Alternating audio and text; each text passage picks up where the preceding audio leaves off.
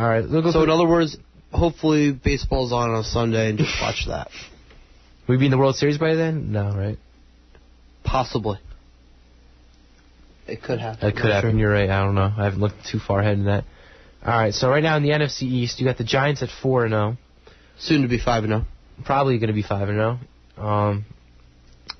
And yes, I get to have my free pizza and buffalo wings tomorrow night. Whenever Giants play Monday night game, we have a free food thing here at this college. Really? Yeah, I go to that every year. Get my food and leave. What, you wear your Eagles clothing? I don't wear nothing. I just come to get my food and leave. Of course, typical. Free stuff, you're always there. Why weren't you at River Edge Day today? Oh, yeah, I forgot about that. I knew about Saturday. I forgot about that. I was sitting in my house trying to watch football, and I hear all these noises coming down from the block. Yeah. And then I realized, oh, wait, it's that, and I didn't even bother. You should IM me about that. I would have gotten it if I remembered. I forgot. Well, when's the annual church picnic? That's in June always. Oh, it's June? I got to wait a full year now? Yeah, you haven't gone a couple years, so you got to show up next year. Some years I just didn't show up. Other years I went by. I think this year I didn't go because it was a crummy day. Yeah, they were holding in the gym this past year. Yeah, because you were telling me about that, and you're like, you should come, and I'm like, yeah, I'm not going to the gym. Yeah, because that one I wouldn't go to. If it's in the park, though, you know I'm there. All right, so Giants at 4-0. Getting some good... they're having a good week this week just because these other teams losing. Skins and Cowboys 4-2. Mm-hmm. Eagles 3-3. So they're... Are they the only undefeated team in the league? No, Titans are. Only NFC team, though, yeah. Yeah.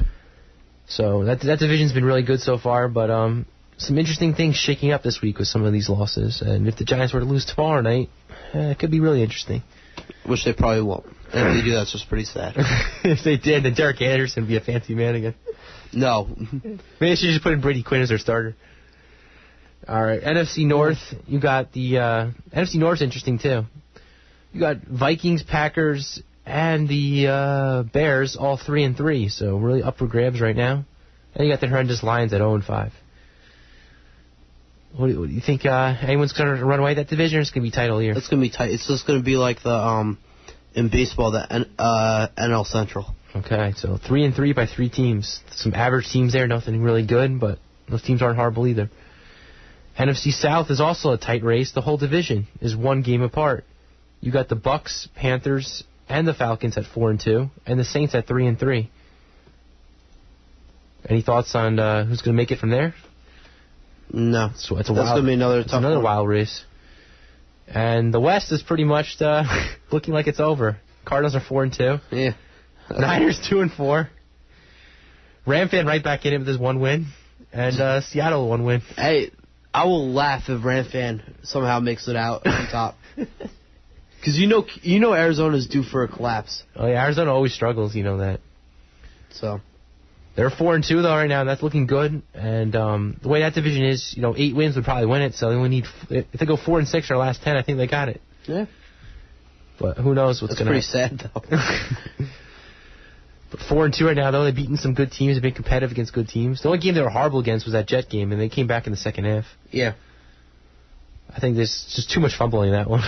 It was sloppy all around. All right, in the AFC, in the East right now, you got the Bills in 4-1 in first. Patriots are going to be 3-2. There's no way they're coming back. Trust me. Oh, I could have told you that in a heartbeat. The Jets are 3-2, and Miami 2-3. But Miami playing a lot of tough ball. Anything could happen there too. You think Bills are going to win it? The Bills have a good chance. Jets have a chance. I think it's going to be Bills in New York and coming down to the wire. I wouldn't count Miami out either. They've been good teams. I mean, they beat the Chargers and Patriots. Yeah, but I don't know. I see them falling. But there's an update for the New England, San Diego, 30-10. All right, Patriots get a touchdown. Belichick must be going crazy in that one. Man, too bad I can't see this. In the NAFC North, this division's pretty obvious too. Steelers are running away with it. They're 4-1. You got Baltimore 2. That's without Willie Parker. You got Baltimore 2-3. The only thing that's going to help them is their defense has to carry them because Flacco stinks. Yeah. Do they still have Bowler? I should go back to him probably. Yeah. No, I think he's hurt actually. Redmond or something. They need to go somewhere else. They have Troy Smith from Ohio State. I don't think Flacco's the guy. They're 2-3 and they're struggling, but their defense will really help them stay in it. Mm-hmm. Bengals and Browns just horrendous. Browns right now are 1-3. The Bengals are 0-6. So. Yeah, that's This hasn't been a good year for anybody. Bengals are very tough 0-6, though. I mean, they're always hanging in there with a lot of these teams, so just unfortunate luck for them. They're not as bad as a winless team should be. Yeah. AFC South, you got the Titans leading it at 5-0, the only 5-0 team in the league right now. You got in second place the Jaguars, I guess, or is it the Colts? Colts are 3-2. Jaguars are in third at 3-3, and the Texans getting that first win today at 1-4. Texans are still in it. I don't know about that, but good improvements today and a great comeback. That's a happy win for those fans. In the West, you got Denver 4-2. Chargers are going to be 3-3 in a few minutes. And the other two teams, horrendous, Kansas City and Oakland at 1-4 each. It's 2:11 left in the game. Okay. And that pretty much wraps it up here for the NFL here. Any other last-minute comments here on this? No, just let's go Giants tomorrow night. If you're a Giants fan, it was a good day for you because both the Redskins and Cowboys lost. Yep. So give you a little leeway to make a mistake. All right. You want to get into anything about basketball? We're going to get our hockey report from Craig, or he's not online, or I don't know. Let me see if he's online. I'll send him a little message. Because if he calls in, I want to talk hockey with him. Anybody else wants to talk hockey? Anything about the basketball preseason? He's not online. We're open to that. Any other callers? Go ahead. Just call. 201-825-1234. You have anything you want to talk about the basketball right now or nothing? Not really. I mean, it's preseason. Nets are in Europe right now. Okay. With Miami, and there's two other teams I can't think of right now. We're going to play another PSA, and then we'll get into some of our wrestling coverage. Third PSA? Wow. Which one do you want to do? You want to do music too right after? Or you want to do pop music? We'll do the music too. So you want to just do music now? Yeah, we'll do the music now. We'll do one music and then we'll come back.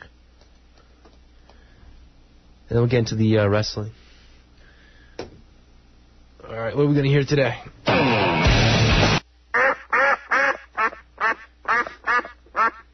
Some funny ducks around here. What are we, in the Ridgewood Duck Pond? All right, welcome back, ladies and gentlemen, to Sports Talk, and now we're going to get into some of the wrestling stuff. So, if anyone wants to call in about that or any topic at all, we could just stop getting off topic. 201-825-1234. No Craig Foreman hockey report. It's a little bit shocking. Where is that? Boo. I don't know. You actually have stuff you want to talk about hockey too. Yeah. Anybody else wants to call in? What's this IM you got? Anything important? No, I'm just seeing if Craig's online, but he's not. Yeah.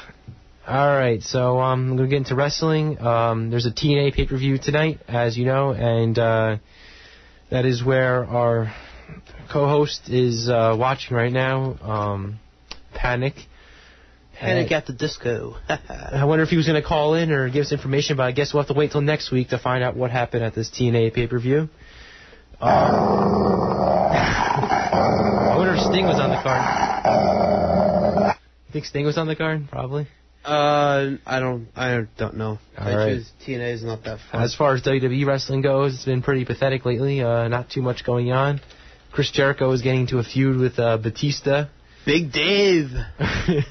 Dave demanding a million rematches as usual. What's the Undertaker up to? I don't even know. Nobody watches SmackDown anymore. Triple H is just dominating that scene. I heard Kozlov might get the title soon. H's. Not too much going on right now in that stuff. All right, so we'll get into two wrestling things that happened this past weekend as I was debating which event to go to, and I finally went to one. So we'll talk about the Bret Hart thing first. Bret Hart was signing autographs for his new book, Hitman, which is in... He was also on the Opie and Anthony show on Friday. He was on the Opie and Anthony show on Friday. Showed up here, and I heard he lives in Hawaii now. Is that true?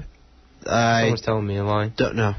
I'll talk about my experience there online, talking to fans and other stuff, as well as talking to him. Also, yeah, he showed up there on Saturday. It was 11 a.m. to 1 he was signing. What time did you get there? I went at 10:40. Did you get a good spot?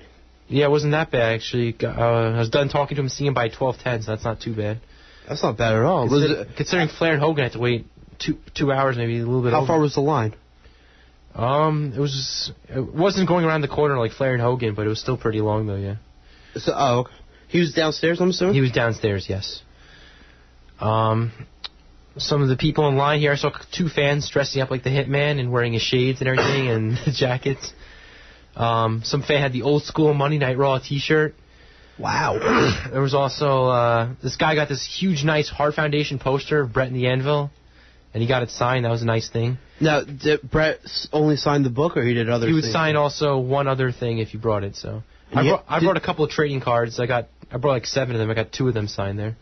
You didn't have to buy the book, I'm assuming. You would have to buy the book, yeah. Oh, so you had to buy a book, but he could sign something else in addition to that. Oh, okay. The book was like $29, but you could always be. I didn't do this, but I did this in the past with Flair. You could have been smart.